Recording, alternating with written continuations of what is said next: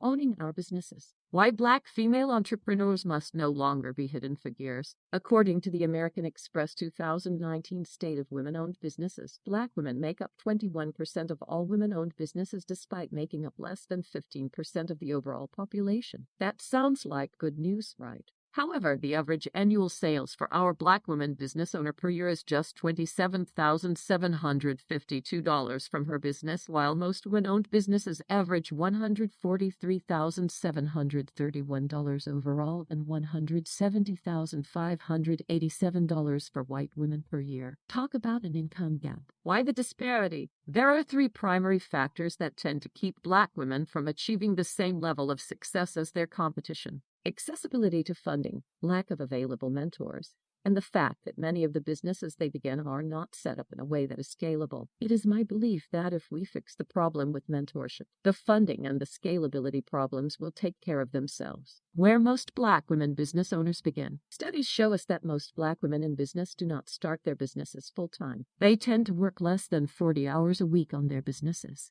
These are side hustles worked during their off hours. These women cling to their regular jobs for the health insurance and steady paychecks while they work to build their businesses. They often do this while being the sole parent of their household. As a result, their businesses tend to be service-oriented with low barriers to entry. Hairdressing, house cleaning, catering, childcare, coaching, and consulting. They don't require a lot of upfront cash to get going, but they are also some of the more difficult businesses to scale. Coaching and consulting, for example, relies on personal expertise and knowledge. It's difficult to put that into a system that can be shared with others. Why entrepreneurship matters to the Black community. Over 14% of the Black population is employed in jobs where they are paid poverty wages. Even when not being paid poverty wages, Black workers consistently receive lower wages than workers of other races and colors even when they hold the same positions and have the same education levels. Many have been led to believe that the solution to this problem is to wait on corporations to increase wages and politicians to pass laws requiring higher wages. But this is a failed experiment that has been repeated numerous times with the same result. Black communities and Black families continuing to struggle financially,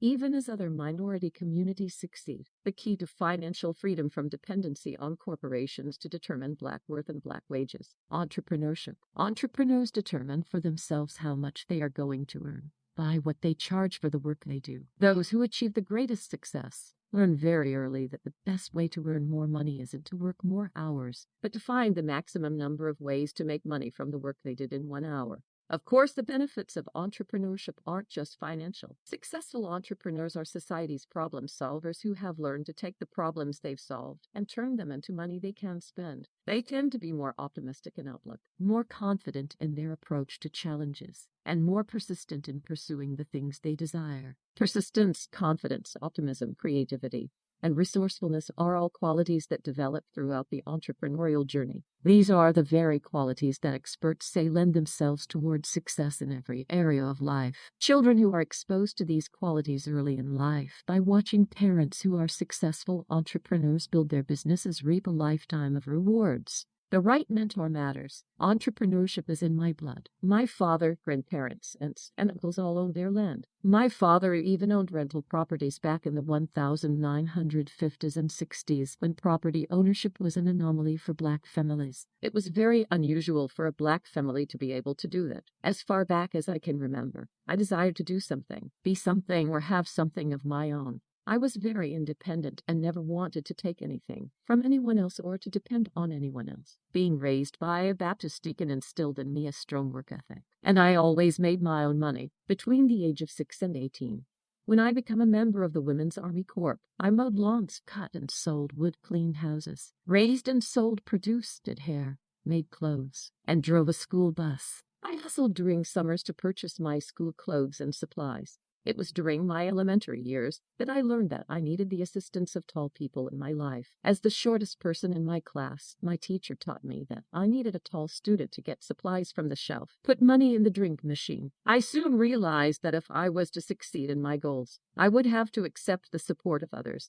especially tall people, to always get what I needed from the shelf. My elementary school teacher and family members not only supported me during my formative years, but were the foundation for my strong entrepreneurial spirit. They were on the bottom shelf of my journey to entrepreneurship. My family formed my first mentorship program, modeling for me what successful business owners did, how they thought, and how they handled their money. I carried their example with me into every business I started and ran after that point. I believed that I was capable of succeeding in business because I was surrounded by examples of people who had succeeded in business. Mentorship begins with visibility. As an educator, I've seen it firsthand. Children who do not see their skin color and gender represented among educators tend to grow up believing that being an educator isn't something that is for them. This isn't just applicable to children. It is a human tendency to seek role models that look like us when considering whether or not to give something a try. How many of these Black women's names do you recognize? Lala Delia, Trinity Mouzon Wofford, B. Dixon, Candace Reels, Nedge Austin, Jessica L., Jamie Ratliff, Jordan James and Shanice Vincent, Dr. Jerica Dodd, Nadine Joseph, Rashia Bella Nivabravik Maluro, Veladia Chapman, Cheryl Sutherland, Charlisha Charlie Harris, Wendy Lopez, and Jessica Jones, Mignon Francois, Idil Farah, Tanya Rapley, Tiffany Elish, Sharon Beeson, Shantae Lundy, Kashmir Nicole, Victoria Fazio, Melissa Butler, KJ Miller, and Amanda Johnson. Each of these women founded a business that is currently thriving, but their names are not yet known. Each of these women is someone whose example another Black woman could follow. But first, she has to know to look for her. While there are many Black women business owners out there, few are household names, and few still have made it onto the billionaires list. Oprah Winfrey and Beyoncé are two exceptions to that rule, but both come from the entertainment industry, which makes their success difficult to duplicate, and something that will be out of the reach of most Black women. What is needed are more examples of Black women making it to the top in a wide range of industries. For that to happen, Black women entrepreneurs must work harder to step up, to step out,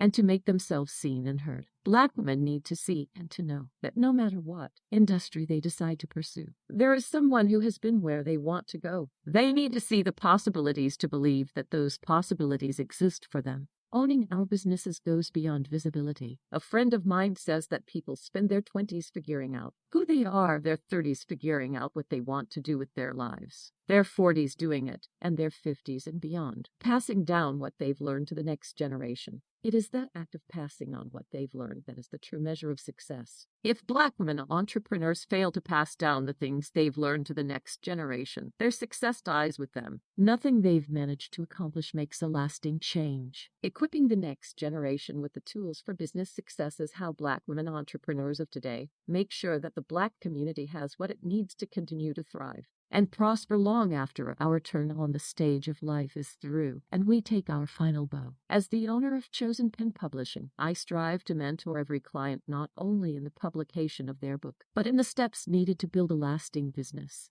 that is founded on something no one else can take from them, their story. I strive to pass on the gift of mentorship that was given to me by my parents and grandparents, because I understand that the key to true freedom is ownership.